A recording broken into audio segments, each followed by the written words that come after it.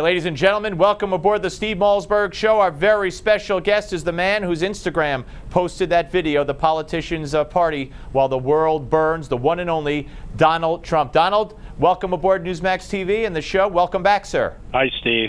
Great to talk to you. Great to talk to you. That is so true, isn't it? I mean, we are living in kind of a bizarro world, but it's a very frightening world, is it not? Well, I thought that video was very descriptive. I have some young people. I give them the concept and the idea, and they go out and do a great job for me. And that has been picked up all over the world, that video. That is a hot subject and very descriptive. I thought my people did a great job. And it was very quick to the point, and it told the Right. message. Now, dancing around there while the world is burning were Right. Bill and Hillary. You recently said that you believe that your opponent will not be Hillary Clinton, it will be Joe Biden, and it'll be you against Joe Biden in the general election. I can't be sure of Joe Biden. I do think that Hillary is I think she's got bigger problems than running, if you want to know the truth. So you're not sure that it'll be Biden, though? No, I'm not sure that it'll be Biden. I really don't know if it's going to be Biden. A lot of people think he's not going to run. Maybe he will, maybe he won't. I don't care who it is. It's somebody that's going to lose. If I get this, people want to see our country be great again, and no politician is able to do that. That's for sure. Well, let me ask you about Hillary. I mean, you have called for Rand Paul to get out of the race. You called him a brat. I know he did a commercial about you. But would you call, based on everything that's going on and what we've learned just today, that the top secret emails that were on Hillary's server probably talked about secret drones? I mean, would you call on Hillary to drop out of the race pending the results of this investigation? Well, I think that what's going to happen is she's going to have to at some point. So I won't call it today, but I may call it as soon as I learn a little bit more. And if I learn a little bit more, by that time, I really think she's going to have to get out. You can't have somebody running who's under massive investigation and at the highest level, potentially 20 years. I don't know if you say 1 to 20 years, and in prison.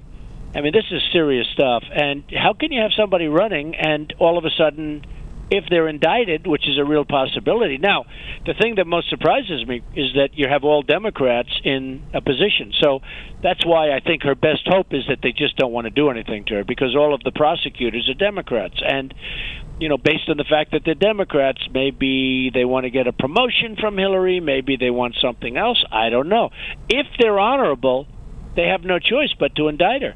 Because, look, you look at what happened with General Petraeus, highly respected guy, destroyed his life, and he got a tremendous sentence. I mean, they didn't make him go to jail, but they gave him essentially 2 years, and it's basically, I think it was 2 years probation. What he did was 10% or 5% or 2% of what she did. So I don't know how she can escape this. I think it's such a big problem. All right. Now, the polls back you up, because there's a Fox News poll out today. 6 states, 6 key battleground states, she is trailing a generic Republican candidate by 13 points. Last month it was 8 points. Yeah. And her distrust number, Donald, is now risen 7 points from last month to 60%. Look, when she had Whitewater, it was over. She was going to go away. It was going to be over, done. She was guilty, and they didn't indict her. And everybody in that case said, how did that happen? It should have happened, and nobody understood it. And they said they were missing just a little morsel of evidence.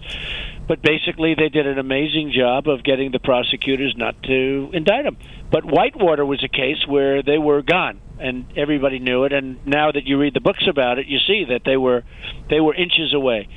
They just go up to that edge, and sometimes they go over it, and maybe they get lucky. But this is really serious stuff. And, it's very hard to totally destroy somebody like General Petraeus and to leave Hillary alone when she did many times worse than what he did. One more question. She's going to testify before the Select Committee on Benghazi on October 22nd under oath in front of the public. Might you be watching that? Because she's going to be asked about this. If she takes the fifth or if she doesn't come fully forward and answer the questions, might you watch that and then call for her to drop out after that testimony? Well, I'll be watching it. I will be watching it, and I will. Look, I'm not shy about, calling. I think it's going to be her call, not my call, and I'm not looking to get free publicity off anybody else's back. I think it's not about me. I think it's going to be about her. I think it's going to be about the Democrats. How are they going to have somebody running who's most likely, in terms of if there's fairness in the world of prosecution, who's most likely, Steve, going to be in big trouble. I don't know how you can do it. Let me ask. And you're right. Her numbers are oh my God, dropping like a rock. And it's not like they don't know this woman. They've known her for 30 years. So when you have a distrust of 60%, I don't think you're coming back. I think it's very, very tough. Let me ask you about Fox News. That debate, I sat there and I couldn't believe it. And Donald, we're a startup TV network with the great Chris Ruddy at the helm, and Newsmax is such a great brand. And we've had so many people come to us and say, I'm just not. I can't believe what they did to Donald Trump. I'm not watching anymore. So my question to you is, they didn't destroy you, they didn't make a dent in your numbers, and now I see this story from CNN. Brian Stelter came out yesterday, and someone leaked this, and someone from Fox had to leak this, that Roger Ailes said to you, we resolve this now or we go to war. Is this Roger Ailes trying to say he laid down the law to you? No, that story was a false story. Roger couldn't have been nicer. He called me up, and he actually said, is there any way we can get this thing done? Because, frankly, he didn't. He could not have been nicer. And Roger knows that's not the way to talk to me, because if people talk to me that way, you know what happens.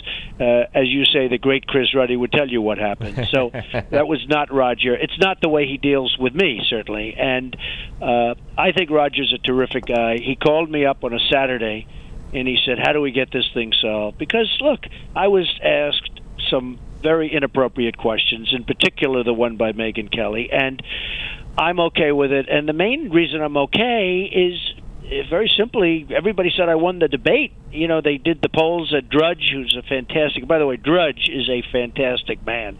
But, the Drudge site did the poll, and Time Magazine did the poll, and they did many, many polls. Even the front page of the New York Times, they had Trump dominated the debate. So, they were really tough questions, and I think inappropriate, but, who am I to say? But I know they had certainly a backup, and Roger called, could not have been nicer. That was such a false story. It was because, we did speak. He did call me. I didn't call him. But here's the difference. He could not have been nicer. Yeah, all right. Let me let you play something Megyn Kelly said yesterday or the day before on her show. Well, it's been an interesting week and a long 6 months without a vacation for yours truly. Do you know that? It's been 6 months since I've had a vacation? Yes, I know. Just ask my assistant. So I'll be taking the next week and a half off, spending some time with my husband and my kids, trying to relax. Are you okay with her? And do you think there was any connection to have her go away for a while in the wake of what she did? Well, there probably was, but I wouldn't know about it. And I hope she's well, and I hope she's feeling fine. And I hope she comes back and she's going to be fair and good, and I'm sure that will happen. And I'm sure Roger will make it happen because he's a fair guy and he wants things to run smoothly. So, yes, people were very, very surprised that all of a sudden she decided to go away for 10 or 11 or 12 days. But that's okay. Some people make those quick decisions. All right, I got one more from Fox, and then we're off it. Listen to what Chris Wallace said yesterday about you going on with Chuck Todd this coming Sunday on Meet the Press. We invited him.